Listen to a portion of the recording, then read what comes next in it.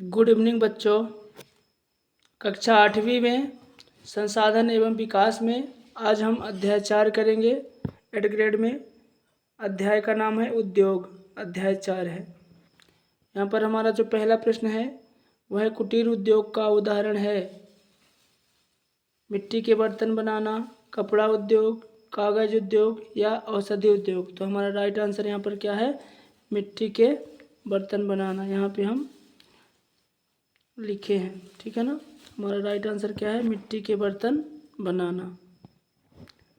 दूसरा प्रश्न है आधुनिक उद्योगों का मेरुदंड कहलाता है। आधुनिक उद्योगों का मेरुदंड कहलाता है। मेरुदंड का मतलब होता है कि सभी उद्योग इस पर क्या हों और टिके हुए हों, सारे उद्योगों का विकास इसके बिना संभव ना हो, इसको कहा जाता है मेरुदंड उद्योग, ठीक है ना। तो ये कहा जाता है इस्पात उद्योग को। किसको कहा जाता है?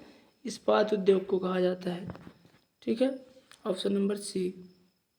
चलिए अगला प्रश्न है भारत में सूचना एवं प्रौद्योगिकी उद्योग का मुख्य केंद्र है।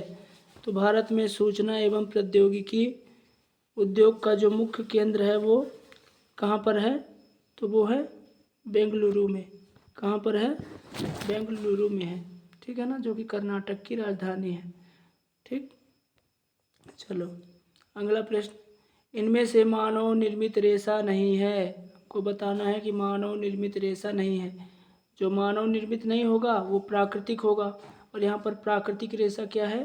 तो रेशम है। रेशम है, जूट है, कपास है, ये सब क्या है? प्राकृतिक रेशा है, अर्थात ये मानव निर्मित रेशा नहीं है। हमको यहाँ पर भी ध्यान देना है कि नहीं है पूछा है कि है पूछा है, ठीक। चलो अगला प्रश्न, हिंदुस्तान एरोनॉटिक्स लिमिटेड उद्योग उदाहरण है। तो जो हिंदुस्तान एरोनॉटिक्स लिमिटेड उद्योग जो उदाहरण है वो किसका है? तो वो है सार्वजनिक क्षेत्र का। तो कैसा है? सार्वजनिक क्षेत्र का। बहुत जगह पे मैंने देखा है कि इसको संयुक्त क्षेत्र का बता रहे हैं, जो कि ये क्या है? गलत है पूरी तरह से। संयुक्त क्षेत्र का ये नहीं है बल्कि सार्वजनिक क्षेत्र का है, ठीक है। इसको सुधार कर लेना। चलो अगला प्रश्न क्रमांक 6, रिक्त स्थानों की पूर्ति कीजिए। हमको यहाँ पे खाली स्थान बताना है। खाली स्थान यहाँ पे है नहीं, हम बता देंगे कि क्या भरना है आपको, ठीक है। ऑप्शन नंबर ए में था कि लघु उद्योग में कम पूंजी व प्रौद्योगिकी की आवश्यकता होती है। ये क्या है? यहाँ पर आपका खाली स्थान वाला जगह है। इस पर आपको क्या भरना है? पूंजी व प्रौद्योगिकी भरना है, ठीक है ना। भाई ये छोटा उद्योग होगा, जो लघु उद्योग होगा, उसमें कम पूंजी लगेगी और प्रौद्योगिकी की आवश्यकता भी कम से कम उसमें होगी। तो यहाँ पर हमको क्या भरना है? पूंजी व प्रौद्योगिकी। दूसरा है कागज़ बनाने के लिए कच्चे माल के रूप में मुख्यतः इसमें भरना है ये वृक्षों या लुगदी। किसका उपयोग? लुगदी का उपयोग एवं वृक्षों का उपयोग किया जाता है। कागज़ बनाने के लिए कच्चे माल के रूप में हम किसका उपयोग करते हैं मुख्य रूप से? तो वृक्षों या लुगदी का उपयोग करते हैं, ठीक। तीसरा है देश की पहली सूती कपड़ा मिल सन 1853 में अहमदाबाद गुजरात में स्थापित हुई। ये जो खाली स्थान है ये आपका एक तरह से कहा जाए तो गलत है, और इसमें गलती हमारी नहीं है, ठीक है। इसमें जो प्रश्न वहाँ पे लिखा है 8 ग्रेड में वो अहमदाबाद भी मेंशन किया है, और ये भी पूछ रहा है कि देश की पहली सूती कपड़ा मिल, ठीक है। तो जो देश की पहली सूती कपड़ा मिल है वो तो 1853 में स्थापित हुई, ठीक है, लेकिन वो अहमदाबाद में नहीं हुई थी, ठीक है ना। लेकिन यहाँ पर अहमदाबाद क्या किया गया है? मेंशन किया गया है। तो ये आंसर हम केवल और केवल देश की पहली सूती कपड़ा मिल के वजह से हम यहाँ पर क्या कर रहे हैं? 1853 यहाँ पर हम लगा रहे हैं, ठीक है ना। चलो चौथा क्या है? D number, Bhopal union carbide factory में मिथाइल आइसोसाइनेट विषैली गैस का रिसाव हुआ, ठीक। हमको यहाँ पर क्या भरना है? Methyl isocyanate. क्या भरना है? Methyl isocyanate. Bhopal union carbide factory में खाली स्थान विषैली गैस का रिसाव हुआ था, तो हमको यहाँ पे भरना है मिथाइल आइसोसाइनेट। ए नंबर का है मत्स्य तेल उद्योग खालिस्तान आधारित उद्योग का उदाहरण है। तो हमको यहाँ पर क्या भरना है, समुद्री या समुद्र आधारित उद्योग का उदाहरण है। ठीक, हमको यहाँ पे क्या भरना है, समुद्र भरना है। ठीक, चलो अगला प्रश्न है, विनिर्माण किसे कहते हैं? विनिर्माण किसे कहते हैं? तो कच्चे माल को अधिक मूल्यवान उत्पाद में बदलना। क्या करना? कच्चे माल को अधिक मूल्यवान उत्पाद में बदलना तथा अधिक मात्रा में वस्तुओं का उत्पादन करना क्या कहलाता है? विनिर्माण कहलाता है। ठीक, अगला प्रश्न, प्रश्न क्रमांक 8, कृषि पर आधारित किन्हीं 3 उद्योगों के नाम लिखिए। हमको क्या करना है, कि ऐसे 3 उद्योगों के नाम लिखना है जो कृषि पर आधारित हों। ठीक है, तो हमारा यहाँ पर नंबर 1 है वनस्पति तेल उद्योग, दूसरा है सूती वस्त्र उद्योग, तीसरा है चर्म उद्योग। ठीक, ये हमारे 3 उद्योग हो गए। अगला प्रश्न है प्रश्न क्रमांक 9, भारत के किन्हीं 3 प्रमुख औद्योगिक प्रदेशों के नाम लिखिए। कितने? 3 प्रमुख औद्योगिक प्रदेशों के नाम लिखना है भारत के। ठीक है, तो भारत के 3 प्रमुख औद्योगिक प्रदेश इस प्रकार हैं। नंबर 1 मुंबई पुणे समूह, नंबर 2 बेंगलुरु तमिलनाडु प्रदेश, नंबर 3 गुड़गांव दिल्ली मेरठ औद्योगिक प्रदेश, गुड़गांव दिल्ली मेरठ औद्योगिक प्रदेश, नंबर 3।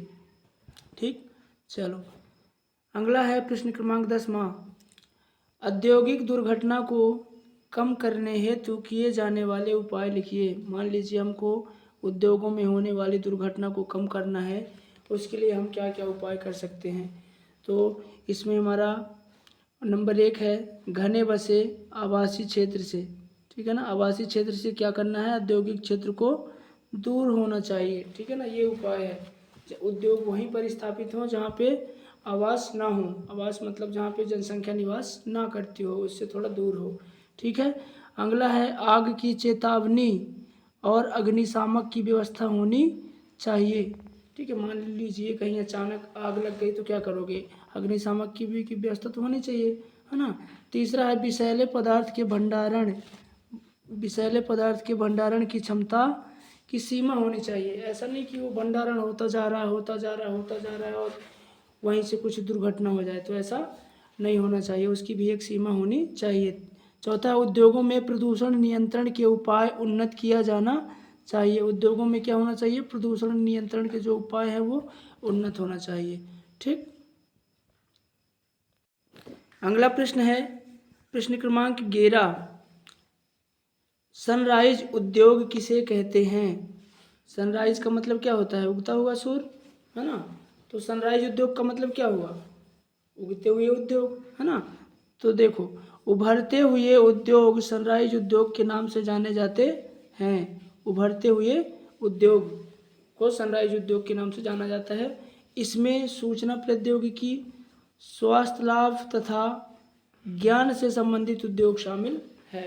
ये उद्योग क्या है, सनराइज उद्योग में शामिल हैं। ठीक, चलो अगला है प्रश्न क्रमांक 12, जमशेदपुर यानी कि साकची भी कहते थे इसको, क्या कहते थे, साकची भी कहते हैं। ठीक है ना, तो जमशेदपुर यानी साकची में लोहा इस्पात उद्योग स्थापित होने के क्या कारण है वो बताना है अपन को। ठीक, तो जमशेदपुर में लोहा इस्पात उद्योग स्थापित होने के निम्न कारण हैं, जिसमें से नंबर 1 है यह स्थान बंगाल नागपुर रेल मार्ग पर काली माटी स्टेशन के पास स्थित है। ठीक, दूसरा है लौह अयस्क कोयला और मैग्नीज। ठीक है ना, लौह अयस्क कोयला और मैग्नीज निक्षेपों के साथ यह कोलकाता के निकट भी है। ठीक, यहाँ पर क्या है, कोयला और मैग्नीज के निक्षेप भी हैं। ठीक है ना, और साथ में ये कोलकाता के पास भी है। ठीक है ना, इसीलिए यहाँ पर स्थापित हुआ। ठीक, ये भी कारण है। तीसरा कारण क्या है, उद्योग के लिए पर्याप्त जल की आपूर्ति। भाई उद्योग के लिए जल तो चाहिए ना, तो उद्योग के लिए पर्याप्त जल की आपूर्ति जो है वो खरकई और स्वर्ण रेखा नदियों से हो जाता है। ठीक, ये है हमारे कारण। अगला प्रश्न है प्रश्न क्रमांक 13, हाथ से बने वस्त्र मशीन से बने वस्त्रों से अपेक्षाकृत महंगे होते हैं। होते हैं ना, होते हैं। इसके दो कारण बताना है कि ऐसा क्यों होता है कि हाथ के बने जो कपड़े होते हैं मशीनों के बने कपड़ों से महंगे होते हैं। तो कारण नंबर 1 है इसमें, हाथ से बने वस्त्रों में अधिक समय एवं कौशल का प्रयोग होता है। होता है ना भाई, हाथ से बनाओगे मशीन से बनेगा तो हाथ से तो टाइम तो लगेगा लेकिन अच्छा बनेगा, है ना। लेकिन क्या होता है, ये कुशल कारीगरों की आवश्यकता भी होती है। ठीक, हाथ से बनाने के लिए सब कोई थोड़ी बना लेगा हाथ से भाई, इसके लिए क्या चाहिए, कुशल कारीगर होना चाहिए। तो इसके लिए क्या होता है, कुशल कारीगरों की आवश्यकता होती है और वो महंगा पैसा लेते हैं, है ना। तो ये भी एक क्या है, कारण है। दूसरा कारण क्या है, हाथ से बने कपड़े मशीनों की अपेक्षा, देखो जो हाथ से बने कपड़े होंगे वो मशीनों की अपेक्षा क्या होंगे, अधिक टिकाऊ होंगे और उच्च गुणवत्ता वाले भी होंगे। ठीक है ना, तो ये भी एक कारण है। ठीक, चलो अगला प्रश्न, प्रश्न क्रमांक 14। प्रश्न क्रमांक 14 है, संयुक्त राज्य अमेरिका के ग्रेट लेक्स, ठीक है ना, संयुक्त राज्य अमेरिका के ग्रेट लेक्स, कौन सा, ग्रेट लेक्स के नाम से प्रसिद्ध 5 झीलों के नाम लिखना है। कितने झीलों के नाम, 5 झीलों के नाम जो कहाँ पर हैं, संयुक्त राज्य अमेरिका में है और जिनको ग्रेट लेक्स कहा जाता है। ठीक है ना, तो चलो इस पे जो नंबर 1 है, उत्तर नंबर 1 सुपीरियर झील, दूसरा है ह्यूरॉन झील, तीसरा है ओंटारियो झील, चौथा है मिशिगन और पांचवा है इरी। ये 5 झीलें हैं संयुक्त राज्य अमेरिका की जिनको ग्रेट लेक्स के नाम से जाना जाता है या जो ग्रेट लेक्स के नाम से प्रसिद्ध हैं। ठीक, चलो अगला प्रश्न, प्रश्न क्रमांक 15, पिट्सबर्ग लोहा इस्पात उद्योग का वर्णन कीजिए। देखो पिट्सबर्ग जो लोहा इस्पात उद्योग है ना, इसका हमें वर्णन करना है। वर्णन करना है का मतलब क्या होता है, इसके बारे में हमको कुछ चीज़ें लिखना होता है, कुछ चीज़ें बताना होता है। बहुत सारे बच्चों को मैं देखा कि वो शॉर्टकट में लिख के लाते हैं, है ना, ले जाते हैं, 2 लाइन में उत्तर खत्म हो जाता है। तो ऐसा नहीं है बेटा, यहाँ पे क्या करना है, हमको वर्णन करना है ना उसका, कि पिट्सबर्ग लोहा इस्पात जो उद्योग है उसके बारे में हमको सब कुछ बताना है थोड़ा थोड़ा, है ना। तो चलो हमारा उत्तर क्या है, पिट्सबर्ग लोहा इस्पात उद्योग अमेरिका का महत्वपूर्ण इस्पात उद्योग है। ठीक, ये बात तो ठीक है कि भाई जो पिट्सबर्ग लोहा इस्पात उद्योग है वो अमेरिका का एक महत्वपूर्ण इस्पात उद्योग है। ठीक है ना, अब देखो इसके बारे में और, कच्चे माल के लिए कोयला यहीं पर उपलब्ध है। ठीक है ना, कहीं से मंगाना नहीं है, कच्चे माल के लिए जो कोयला है वो यहीं पर उपलब्ध है, यानी कि पिट्सबर्ग में ही उपलब्ध है। जबकि लौह अयस्क जो है मिनेसोटा की खानों से प्राप्त होता है। लौह अयस्क कहाँ से प्राप्त होता है, मिनेसोटा की खानों से। ठीक है, खानों तथा पिट्सबर्ग के बीच नौ परिवहन का सर्वोत्तम मार्ग ग्रेट लेक्स जलमार्ग है। ठीक, कहने का मतलब जो ये ग्रेट लेक्स हैं, जो ये 5 बड़ी झीलें हैं, यही क्या है, जलमार्ग हैं। ठीक है ना, जो कि परिवहन का काम करती हैं। ठीक है ना, चलो उद्योग के लिए ओहियो, मोनोगहेला और एल्गनी नदियों से जल पर्याप्त मात्रा में प्राप्त होता है। ये भी बात है, कहाँ पर, और पिट्सबर्ग लोहा इस्पात उद्योग में। ठीक, आगे है कि परिष्कृत इस्पात स्थल और जल दोनों मार्गों से बाजार तक पहुंचता है। जो परिष्कृत जो माल है, जो इस्पात है, यानी जो बन चुका होता है, अच्छा होता है, वो स्थल मार्ग से भी जाता है और जल मार्ग से भी जाता है बाजारों तक। ठीक है ना, तो ये है पिट्सबर्ग के बारे में कुछ महत्वपूर्ण बातें। ठीक, चलो अगला प्रश्न, प्रश्न क्रमांक 16। प्रश्न क्रमांक 16 कहता है कि पता लगाइए यदि आपके आसपास, कहाँ पर, आपके आसपास के क्षेत्र में कोई उद्योग है तो वहाँ किस प्रकार का कार्य होता है तथा वहाँ पर कार्य करने वालों को क्या क्या सुविधाएं दी जाती है। ठीक, तो हमको बताना है पहली बात कि हमारे आसपास कौन सा उद्योग है। तो जहाँ पर मैं हूँ तो हमारे आसपास तो सीमेंट उद्योग स्थापित है। कौन सा उद्योग स्थापित है, सीमेंट उद्योग स्थापित है। ठीक है ना, सीमेंट के निर्माण में कठोर चूना पत्थर को, तो किसको भाई, कठोर चूना पत्थर को, ठीक है ना, चूना पत्थर हाईलाइट कर लो इसको, सीमेंट बनती है इसी से। कठोर चूना पत्थर को ताप एवं गर्मी में जलाया जाता है तथा इसके बाद खंगर, खंगर अर्थात क्लंकर कहते हैं जिसे, को जिप्सम के साथ महीन रूप में पीसा जाता है। ठीक, क्या किया जाता है, उसको महीन रूप में पीसा भी जाता है। ठीक, ये तो बात हो गई कि सीमेंट बनती कैसे है, ठीक है ना, कैसे काम चलता है, ये बात हो गई। अब बात होगी कि वहाँ पर सुविधाएं क्या क्या दी जाती हैं, ठीक है ना। तो वहाँ पर कार्य करने वालों को कई सुविधाएं दी जाती हैं, जैसे नंबर 1 सेफ्टी के लिए हेलमेट तथा मजबूत जूते, ठीक है ना। सेफ्टी के लिए क्या दिया जाता है, हेलमेट दिया जाता है, आप लोगों ने देखा होगा। जूते शूज वगैरह दिए जाते हैं ताकि कुछ अगर गिर जाए तो हमारे पैर की उंगली बच सके। ठीक, दूसरा है चेहरे तथा शरीर को धूल से बचाने के लिए कपड़े भी दिए जाते हैं, ठीक है ना। सीमेंट उद्योग है, उड़ेगी धूल ना, तो जो वहाँ पे सीमेंट जो और ट्रेनों में जो लोग लोडिंग वगैरह करते हैं और जो वहाँ पे गोदाम में जो रखी जाती है, वहाँ पर जो काम करते हैं लोग, उनको अपना शरीर ढकने के लिए वगैरह वगैरह कपड़े भी दिए जाते हैं। और साथ में उनको क्या दिया जाता है, काम करने वाले कर्मचारियों को फ्री मेडिकल सुविधा दी जाती है, ठीक है ना। अगर उनकी फैमिली बीमार होती है या वो बीमार होता है तो कंपनी की तरफ से निःशुल्क दवाई भी करवाई जाती है ना। तो ये सुविधाएं दी जाती हैं। साथ में पीएफ वगैरह भी काटा जाता है भविष्य, और निधि भी काटी जाती है, ठीक है। कई तरह की मतलब उनको एरियस वगैरह भी दिए जाते हैं, है ना। ये आप सारी बातों को लिख सकते हो, मैं तो यहाँ पर केवल 3 ही बातों को लिखा हूँ, बाकी आप लोग और चाहो तो जो मैं बोल रहा हूँ इसको भी आप लोग लिख सकते हो। ठीक, चलो अगला प्रश्न है, झोंका भट्टी किस प्रकार कार्य करती है। ठीक है, झोंका भट्टी का आपकी किताब में चित्र बना होगा, आपको चित्र भी बनाना है, ठीक है ना। चित्र कहाँ से बनाएंगे, तो किताब से देख करके बना लेंगे। झोंका भट्टी का जो चित्र बना है उसमें हम बताना है कि जो झोंका भट्टी है ना वो किस प्रकार कार्य करती है।